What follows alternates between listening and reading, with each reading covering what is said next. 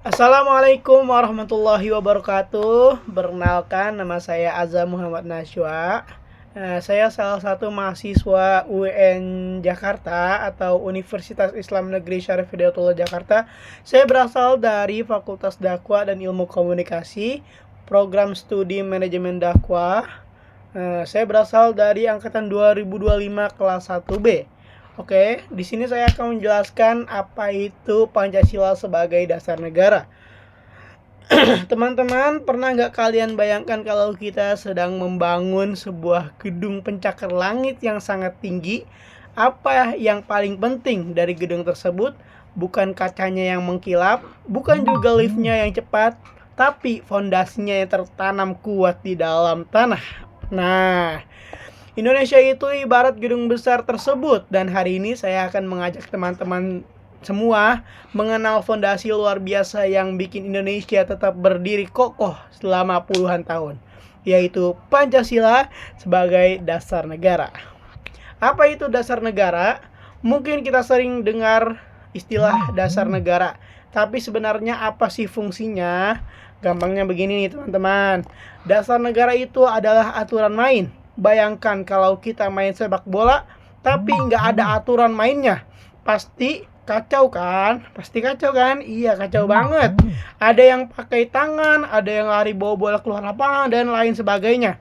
Pancasila sebagai dasar negara artinya semua hukum dan peraturan di Indonesia, mulai dari undang-undang sampai peraturan sekolah kita atau kampus kita, itu sumbernya dari Pancasila. Pancasila adalah pedoman atau kompas yang memastikan bangsa kita nggak kehilangan arah di tengah perbedaan yang ada. Pancasila punya 5 sila yang sebenarnya sangat simpel kalau kita terapkan di kehidupan sehari-hari. Yuk kita lihat intinya. Yang pertama adalah sila pertama. Sila pertama ini yang membahas tentang ketuhanan. Intinya adalah toleransi. Toleransi yang ada di toleransi antar umat bernegara. Indonesia bukan negara satu agama saja. Kita saling menghormati cara ibadah agama masing-masing. Sila kedua yang membahas tentang kemanusiaan. Intinya adalah adab dan etika. Jangan ada bullying, jangan ada kekerasan. Kita perlakukan semua orang sebagai manusia yang punya harga diri. Selanjutnya sila ketiga. Sila ketiga ini yang membahas tentang persatuan. Intinya adalah kita kompak, walaupun berbeda suku, berbeda agama, kita tetap satu, tetap kompak intinya lah. Kita boleh beda suku, beda warna kulit, atau beda hobi, tapi kalau soal Indonesia kita tetap satu, oke? Nah, selanjutnya ada sila keempat. Sila keempat ini membahas tentang kerakyatan. Intinya adalah diskusi dan musyawarah. Kalau ada masalah, jangan pakai otot. Kalau ada masalah, jangan menyelesaikannya dengan otot ataupun kekerasan, tapi dengan otak dan kepala dingin. Ngobrol dulu, setelah itu musyawarah sampai ketemu jalan tengahnya. Selanjutnya ada sila kelima yang membahas tentang keadilan. Intinya adalah peduli atau saling membantu sesama manusia, atau saling peduli sesama manusia gitu.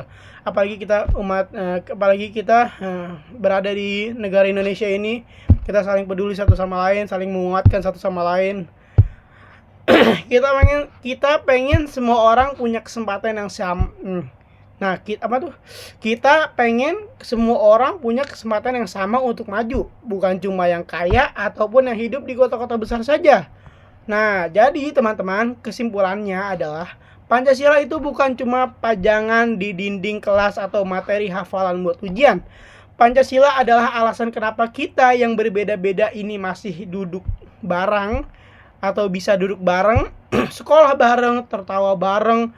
Pokoknya kita bisa bersama tanpa harus berantem karena perbedaan. Tanpa Pancasila mungkin gak akan ada yang namanya Indonesia. Yuk kita mulai dari diri sendiri, jadi orang yang toleran, jujur, dan suka menolong. Dengan begitu kita sudah ikut menjaga fondasi negara kita tetap kuat. Terima kasih atas perhatiannya. Kalau ada yang ingin berdiskusi atau bertanya, saya sangat terbuka. Sampai jumpa. Sampai jumpa. Salam Indonesia, salam Pancasila, salam toleransi, salam antar bernegara. Oke. Wassalamualaikum warahmatullahi wabarakatuh. Dadah.